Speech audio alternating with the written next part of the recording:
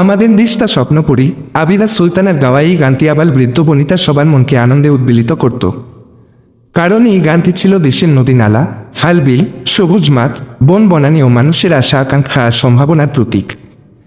কিন্তু দেশের সাম্প্রতিক সময়ে ঘটে যাওয়া নৌ সড়ক দুর্ঘটনা দেশকে একরূপ বাস্তবতার সামনে এমন অবস্থায় দাঁড় করিয়েছে যেখানে স্বপ্নের দেশটা যেন আজ মৃত্যুপুরী।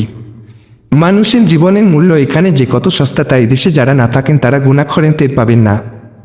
ধর্মীয় উৎসব পালন করতে গেলেও এদেশে শত শত মানুষকে প্রাণ দিতে হয়। এবারের হিসাবটাই বিবেচনায় আনা যাক।